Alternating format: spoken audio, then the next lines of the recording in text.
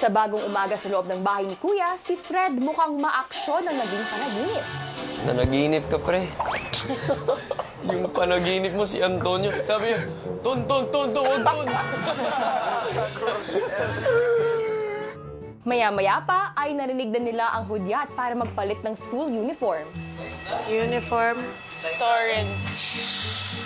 At matapos magpalit, isang nakakaintrigang tanong ang binigay ni Lela at Joaquin kay Anton. May crush ka ba dito? Wala. Meron, ako magsasabi.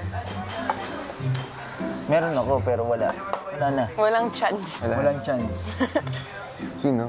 Hindi ko crush. Like yung personality niya, I can vibe with her. Ba't wala kang chance? May boyfriend siya. Hindi yun. Oh, yun. Alam mo na wala siyang boyfriend. Oo. Pero ayoko na. Si Carmel. Ha? Hindi. Ikaw talaga. Crystal. Besties kami. Hindi. Hindi niya gumanon. Sabay di. May parang split second pause yun na kapamilya. Si Crystal yun. Oh, down to 5 na, bro. Ako na din. 5 na lang. Hindi siya. Alam ko hindi siya. Melon, avocado. Alam ko hindi si Carmel. Ako din, favorite ko. So we're down to Crystal, Eliza. Si Eliza. So, okay, wait. Eliza? Wala na. Ito, hindi ayun yung patapusin. Wala, tapos na tayo. Hindi kailangan i-splash. Maya-maya pa ay ipinatawag ni Kuya ang task leader sa confession room. Nais kong ipaalam sa inyo na ngayong araw, kinakailangan niyong i-present ang inyong mga nagawang diorama. I-display ninyo at ipapatong gamit yung mga platforms. You decide kung saan ilalagay yung mga dioramas ninyo, kung aling platforms ang pipiliin ninyo. Kaagad namang sinimulan ng housemates ang pagbabahagi tungkol sa kanilang diorama. Kami ang Rays of Sunshine! So, as you can see, parang medyo PBB house yung peg namin. Yun yung naging peg namin kasi dito kami nagkakilala, dito yung nabuo yung relationship namin as brothers and sisters. We all did a part of the house po. Ako po sa garden, si Wei sa living room, si Princess po sa kitchen, and si Fred naman po sa dining area. Feel ko yung concept namin is you can see na it's very colorful kasi we feel na in life, ang daming kulay. Pwedeng maging representation of a lot of different things. Mahalaga yung colors sa family nila. Kumbaga yung bumubuhay sa family nila, Kuya, yung mga kulay. Good day, everyone. So this is the work of Group 2, which is Caramel Macutesy. Dito umiikot yung family dynamics namin. So ito yung nag-represent ng floor ng bahay. So we have here the living room, bedroom and garden, and dining area. Yung mga family kasi namin, as much as possible, gusto namin sabay-sabay kami kumakain. Importante daw po sa kanila yung sabay-sabay po silang kumakain. And sa akin po kasi, Kuya, importante rin po sa akin yun kasi yung dalawa ko pong ate hindi rin po masyadong umuwi sa bahay. So, minsan lang din po kami magka-sabay-sabay.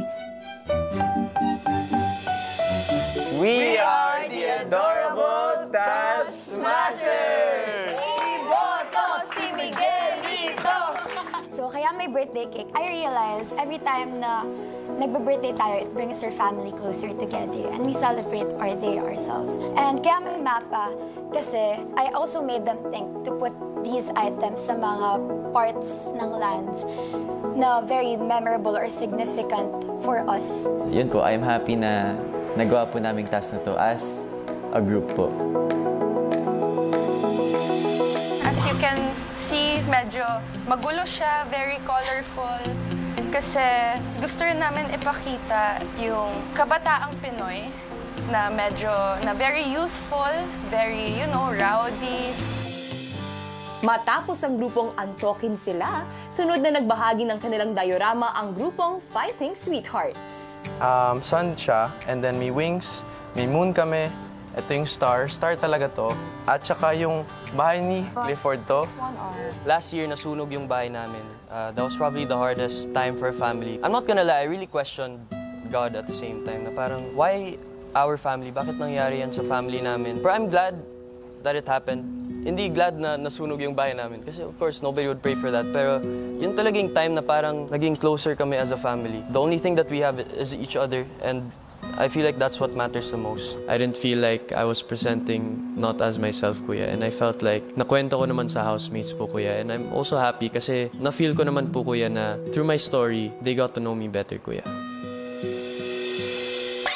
Dahil nga sa kanilang diorama ay nakapagbukas ng kani-kanilang kwentong pamilya ang ating housemates sa loob ng bahay, dahilan para mas magkakilala sila. Pero kung maayos silang nagawa ang task na ito, mukhang may isa silang nakaligtaan. At yan ay ang kalinisan sa loob ng bahay. Nako! Magandang gabi, kapuso and kapamilya! Robbie D, ito na nga ba? Saan nga ba hahantong ang usapin na ito tungkol sa kalinisan sa loob ng bahay? At papaano kaya maapektuhan ang samahan ng ating housemates gayong si Kuya mismo ang nakapunas sa kanila? Grabe, Pilipinas sa Team Online. Narito ang kwento. Sa pagpasok ng house guest na si Isnir, isa sa mga napansin nito ang tila maruming kwarto ng housemates. Pero sa paglipas ng mga araw, ang housemates walang ginawang aksyon tungkol dito. Kaya naman, personal nang kinausap ni Kuya ang housemates. Housemates, sa diorama task na aking ibinigay, ay nilayon kong makita kung anong klaseng tahanan ang inyong kinabibilangan. Naging maayos, maganda at puno ng pagmamahal ang paggawa nyo dito. Bagay na karapat-dapat para sa isang tahanan. Pero sa kasamaang palad, hindi ganyan ang masasabi ko para sa inyong tahanan ngayon, ang aking tahanan.